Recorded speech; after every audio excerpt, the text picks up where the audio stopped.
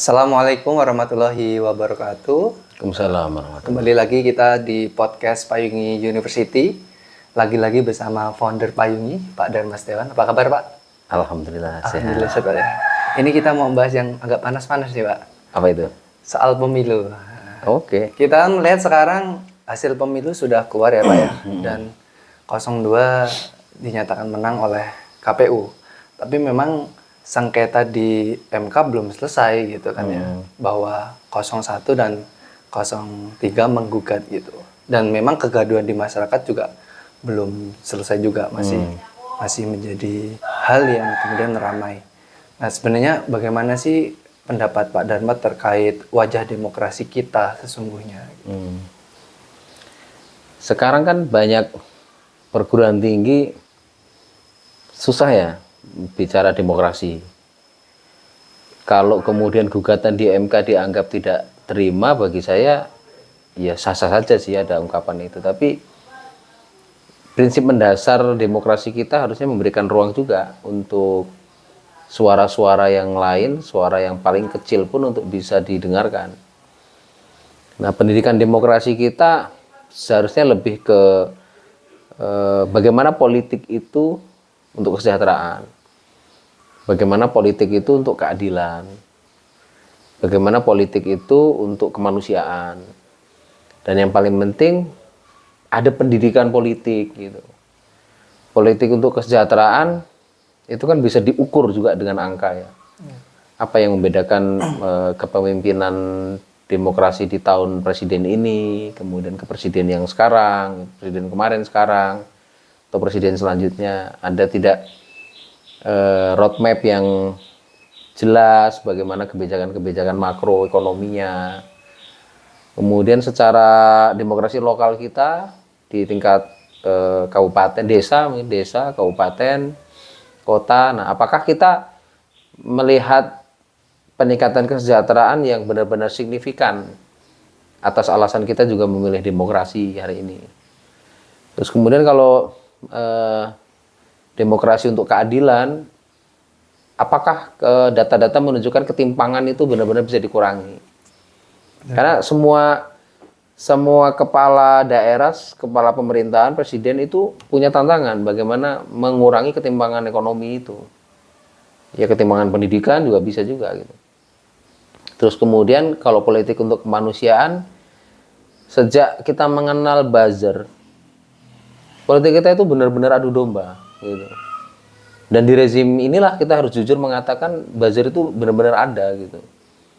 Jadi perdebatannya akhirnya perdebatan bukan tentang kebijakan ekonominya, tapi tentang penghinaan terhadap para calon. Sering olo-olo Pak ya. Iya, akhirnya mereka juga offset gitu loh cara. Jadi kita sudah tidak manusiawi, tidak demokrasi bukan untuk kemanusiaan lagi.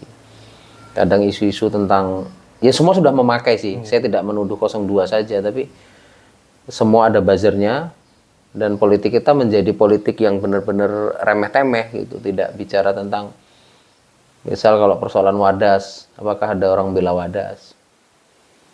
Terus kemudian konflik di Rempang, apakah orang pada bela Rempang? Gitu. Jadi ternyata ada juga dua kubu yang memang saling berbenturan dan kadang tidak menyasar ke persoalan benar-benar. Ini yang terbaru timah ini, 271 triliun ini gimana? Gitu? Apakah benar-benar ini uang yang memang bisa dikapitalisasi untuk menambah income pendapatan negara, atau memang selama ini memang tambang-tambang kita itu dikuasai oleh swasta gitu, diserahkan ke swasta dan negara itu memang benar-benar otoritasnya berkurang. Nah, ketika demokrasi, ketika kita menolak otoritarian gitu.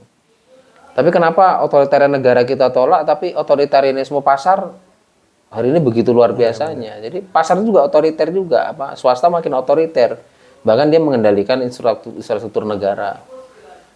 Terus kalau pendidikan politik, nah ini saatnya pendidikan politik. Di MK ini kalau kita mau menyimak tentang diskusi-diskusi para pakar, para pengacara-pengacara, mereka semua pintar-pintar gitu.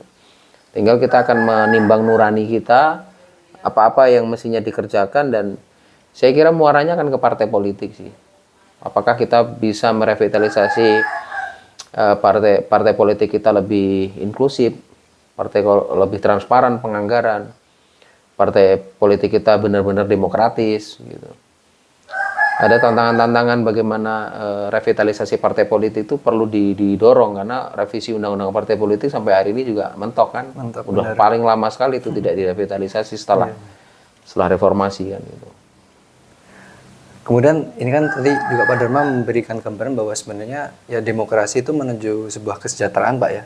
Tapi kalau kita melihat ya negara kita secara hitung-hitungan kesejahteraannya pengangguran masih tinggi, Pak ya. Betul. Masih di angka ya 7 sampai 9 gitu. Kemudian tadi soal ketimpangan juga masih tinggi, bahwa ya 1% orang kaya di Indonesia menguasai separuh dari kekayaan yang ada di negara kita gitu. Nah, apakah sebenarnya nilai-nilai demokrasi itu sebenarnya sudah tidak ada atau hilang, atau memang ya demokrasi hanya sebagai wacana saja oleh pemerintah, sedangkan di aplikasi tingkat bawah tidak terrealisasi dengan baik? Pengangguran terbuka kita menurut data BPS itu kalau nggak salah 8,4 juta. 8, Pak ya. 8,4 juta. Dan itu juga malah disumbang oleh para pengangguran terdidik. Oh, sarjana. Sarjana itu malah juga karena mereka akhirnya karena sarjana mungkin ya, jadi dia memilih persoalan itu. Terus itu ditambah dengan akses sumber daya alam tadi yang hanya diakses sedikit orang. Gitu. Iya. Jadi reforma sumber daya alam, reforma agraria juga kan mentok juga, lama itu tidak digaungkan, bagaimana akses terhadap tanah, bagaimana elit-elit itu menguasai ribuan hektar untuk sawit, bisa untuk tambang gitu. Jadi sebenarnya kekayaan yang terjadi pada elit kita itu sangat destruktif. Jauh sekali kita bicara tentang inovasi, ekonomi kreatif, digitalisasi ya. Sehingga yang terjadi adalah ekonomi yang benar-benar merusak sumber daya alam. Jadi kayanya dia karena memang dia punya akses kekuasaan, punya infrastruktur mungkin berdekatan dengan militer, punya akses terhadap partai politik, sehingga politik rente yang terjadi. Jadi dia pengusaha yang benar-benar menghabiskan sumber daya alam. Dia nguasain batu bara, misal timah gitu.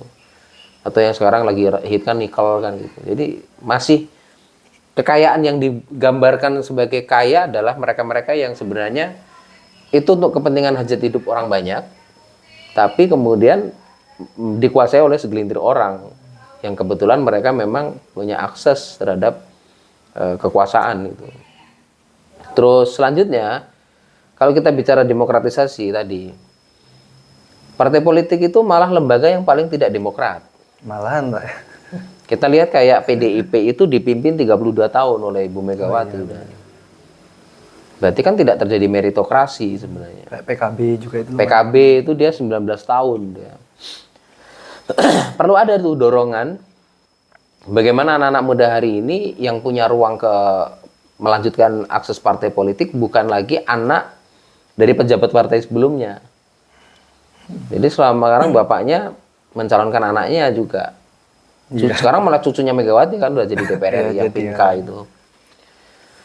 Sah nggak sih? Ya sah gitu. Tapi ini juga pada akhirnya tidak mengajarkan kita bagaimana meritokrasi terjadi. Misal, kalau terjadi pembatasan jabatan ketika dia anggota Dewan DPRD Kabupaten Kota misal, jadi dia nggak boleh dong sampai 3 periode, 4 periode. Coba seperti eksekutif 2 periode, berarti 10 tahun aja. Otomatis dia nggak boleh nyalon lagi di kabupaten kota, nyalon di provinsi. Benar.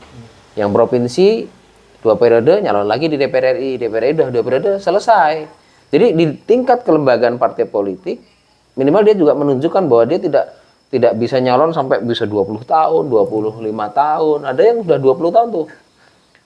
Bambang Pacul tuh bisa 20 tahun. Banyak lah yang partai-partai lain tuh banyak, bukan hanya PDI ya. Ini juga menghambat regenerasi juga ya, Pak. Menghambat regenerasi partai politik, ditambah karena memang mereka menguasai kapital yang sudah begitu banyak, sumber daya uangnya banyak. Yang terjadi adalah orang tidak mencalonkan diri bukan didengar gagasannya, tapi seberapa banyak dia nabur uang di masyarakat. Di situ jadi efeknya juga akhirnya 4 gulipat tuh. Sudah regenerasi tidak terjadi, meritokrasi tidak terbangun. Orang-orang yang punya gagasan-gagasan bagus karena memang dia kekurangan modal, dia berproses dari bawah pun juga daftar tunggunya lama, paling kalau dia masuk paling karena nomor urutnya juga ditentukan. Iya. Ya meskipun nomor urut tidak menentukan, tapi kan uang kapital juga berpengaruh, relasi, kepentingannya juga terjadi pada sistem kekeluargaan seperti itu. Kita pesimis bahwa apakah partai politik akan menunjukkan sikap yang paling demokratis gitu. Ditambah partai politik tidak menunjukkan gerakan pendidikan politik di tengah masyarakat atau melakukan gerak-gerak pemberdayaan ekonomi masyarakat. Mereka hanya sibuk bergerak saat mau pemilu. Kalau setelah pemilu saya lihat memang partai-partai ini banyak yang diem, Senyap lah Pak ya. senyap, karena mereka karena tadi terjebak pada tidak adanya meritokrasi, terjebak pada politik dinasti, tidak ada pembatasan anggota dewan 2 periode, sampai ketuanya juga tidak berganti-ganti bisa, harusnya dia mungkin juga 2 periode aja, jabatan ketua partai 2 periode juga. Jadi kita tidak setengah hati berdemokrasi. Rektor sudah 2 periode, bupati, wali kota, gubernur, presiden sudah 2 periode. Bahkan kalau Kapolri itu ada yang hanya setahun, ada yang 2 tahun, di rolling, jadi selama masih banyak orang yang jabatannya kekal gitu, demokrasi kita masih butuh banyak pembenahan. Benar.